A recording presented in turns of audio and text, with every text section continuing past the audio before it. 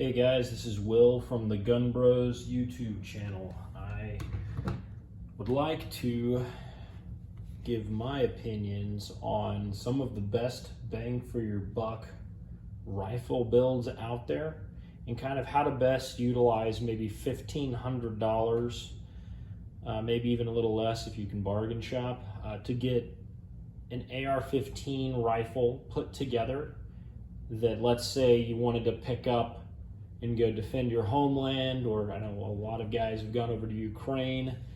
Something that you can buy that doesn't break the bank unnecessarily, that you could depend your life on, not for short duration, but for a good long amount of time.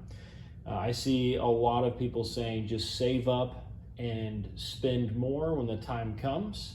I think maybe with all of the politics surrounding assault weapon bans and whatnot, a sense of urgency might be more important than a sense of patience. Typically, I would disagree with you there.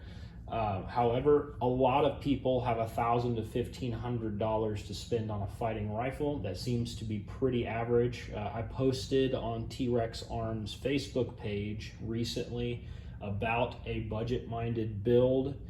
By budget, I do not mean low quality. I mean as high quality as possible as you can get in a rifle to depend your life on. And most people responding to that thread had great ideas for how to best utilize around $1,000 to $1,500, maybe a little more if you include ammunition and training, obviously. But anyway, I think it's a really important topic. I think a lot of people on YouTube skirt around some really straight answers that people are looking for. So my opinion, here's just a good example of a well-built rifle that I would easily and do depend my life on.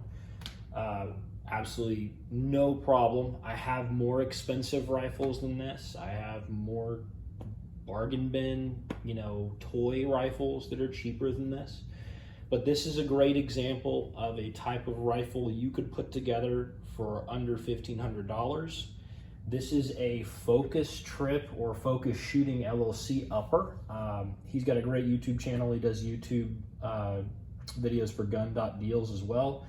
Let me give you guys a review of the bolt carrier. This is a 14.5 inch pin and weld with a YHM QD flash hider.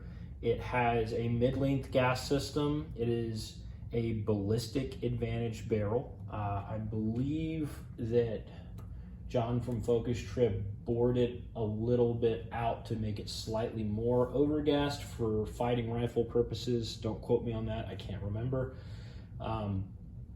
This is a Toolcraft nickel boron bolt carrier group. I have never owned a nickel boron bolt carrier until now. It's awesome. I get kind of annoyed with how dirty it looks once it starts shooting, but I can wipe it off really easily. Awesome bolt carrier group, super, with lots of viscosity with lubricant on there. It stays wet as we want our AR-15s to be. This is a Geissele SSAE trigger in here. Kind of one of those triggers I wouldn't say I necessarily regret buying, but I have found other triggers for half the price that are almost as good.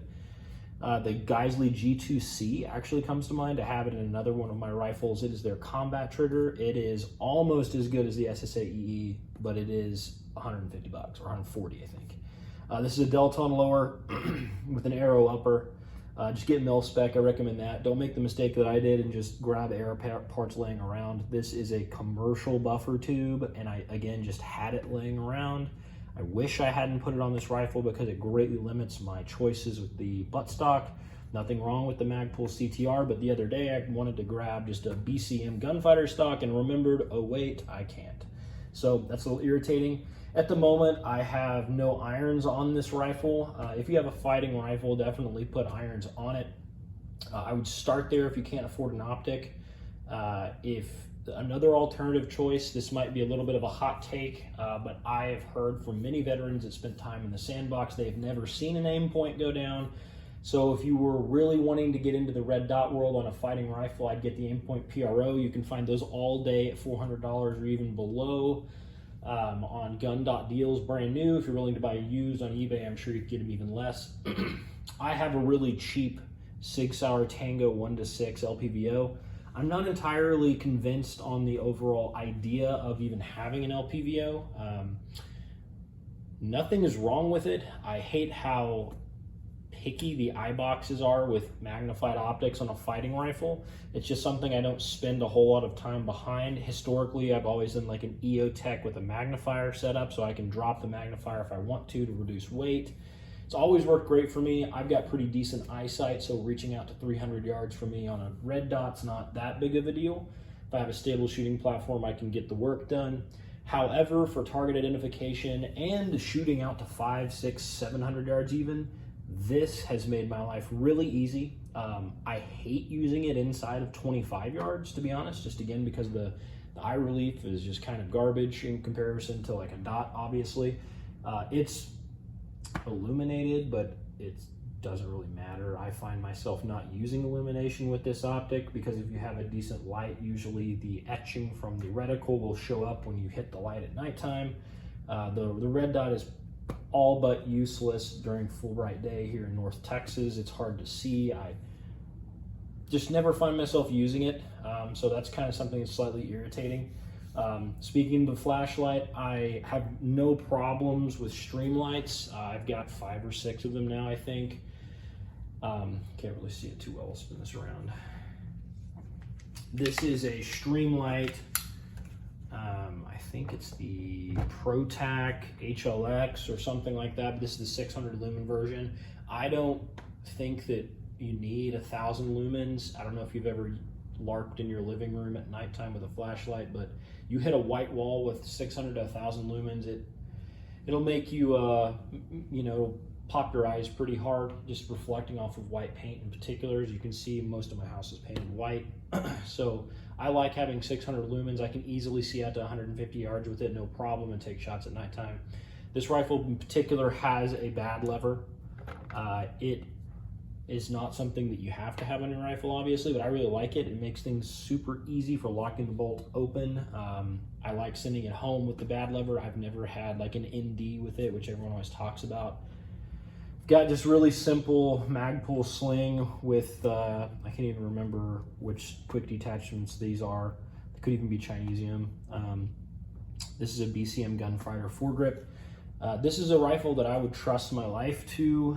I have no problem saying that. I have a couple of rifles that I feel that way about that are, again, more high-end. I have a BCM that comes to mind in particular. But again, you know, the goal here is not to break the bank. I would, if I was to do this again and say, hey, I've got to go fight tomorrow, what rifle do I bring? And I can only spend 1,500 bucks. I would do something very similar to this as far as the internals go. Maybe get a mil-spec trigger if I wanted to save money there, and then grab an Aimpoint PRO. The light setup, I think, is the best bang for buck, period. Maybe if you want to spend a little more on the light because you're worried about it, I think you can get Scouts, Surefire Scouts for around 200, maybe even less if you really want to. So you spend a little bit more there, maybe save on the trigger and grab a Surefire. I will say that there's too much made of spending a whole lot money on a rifle and saying that it is therefore going to perform better.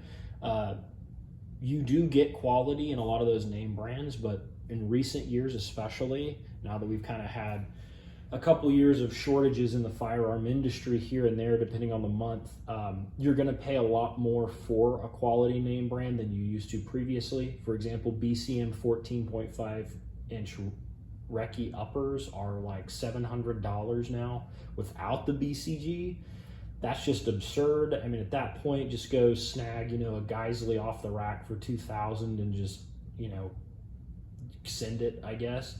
This rifle, if I didn't put a fancy pants trigger in it, I could easily have gotten this built and put together for like 900 bucks, maybe even less. It's got a YHM QD at the end. I think I paid 400 bucks for the BCG and the assembled upper. Again, that's Ballistic Advantage barrel and a Toolcraft, you know, bolt carrier group. That's about as good as it gets, unless you get into the Gucci brands. So I see no reason why there needs to be elitism in fighting rifles. If you wanted to buy a couple of off-the-rack parts and you didn't want to do a Franken rifle like me, I would do an Aero Precision lower with their whole kit, maybe drop in a trigger you like better, and then grab if you are willing to deal with the A2 front post, I'd get a BCM A2 front post M4 profile setup. That would keep you under $1,000 for that whole rifle, maybe right over, and slap an Aimpoint PRO on it, and suddenly you've got something pretty darn bomb-proof. If you want to spend an extra $100, $120, you get a really nice set of irons. There are plenty of reputable brands out there. Magpul's Magpul Pro pop-up sights are great. I don't have any laying around here, else I'd show you. But that's my take. You don't need a Daniel Defense to get good work done. There are plenty of examples, especially overseas now. We're seeing a lot of freedom fighters using civilian gear, and it's working fine. Even something like a CZ Bren, I'm seeing those pop up with SIG optics, like a SIG Romeo 5 red dot, which is the best budget functioning red dot out there, but it's just that it's budget. I don't know if I'd wanna, it wouldn't be my first choice for, you know, defending my life and relying on it. But I mean, those guys are putting in work over there and getting body counts with gear that is accessible in the US civilian market. Don't take that lightly. You know, feel free to go get that for yourself. Again, kind of starting back at the original point of my video, for once, I think that maybe a sense of urgency here might be better for the average American to get what they want before politics interfere and make prices go up even more. Saving an extra 6 months to get a BCM rather than getting something like this and risking an assault weapon ban, or heck, even just the fact that they're all gone and you can't find them because everyone perceives an assault weapon ban is coming, you know, I would just go ahead and get something like this. You'll be perfectly happy with it. Again, I've got more expensive rifles than this that I don't necessarily enjoy shooting anymore than this one. So that's my take on the AR-15 fighting rifle. I love AKs as well. I actually got started in kind of my gun journey with a Romanian AK. Nothing wrong with that as a fighting rifle either, but I just think that because we live in the United States, parts for this are more ubiquitous. This is now, hilariously enough, cheaper than getting a good AK. Used to, AKs made a lot of sense because ammo was significantly less as far as cost per round. Now it's a lot more comparable. I'd rather have the most common rifle in America that if, you know, shit popped off tomorrow, I can grab this. Everybody's got it. I can share magazines. If you have a $2,000 budget, I would much rather somebody spend less than $1,500 on the rifle and then go put, you know, 5,000 rounds through that rifle as fast as possible as far as training goes.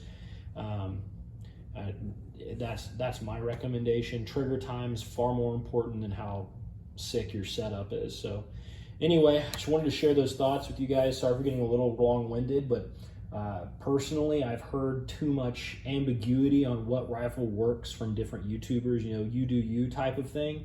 That is true, but when I was new to the industry, it's nice for someone to give me definitive answers. An Aero lower, BCM upper works great. Something like this, a Focus Trip upper with a nice quality lower you assemble yourself, is awesome. Something like that would be great. Even the new FN rifles off the rack, I think, are $1,000. They've been making military rifles for a long time. This shoots a lot sweeter than something like that, but you know, that has a military pedigree. So you guys have many options, but those are some specific ones for me. I hope that helps you along your journey.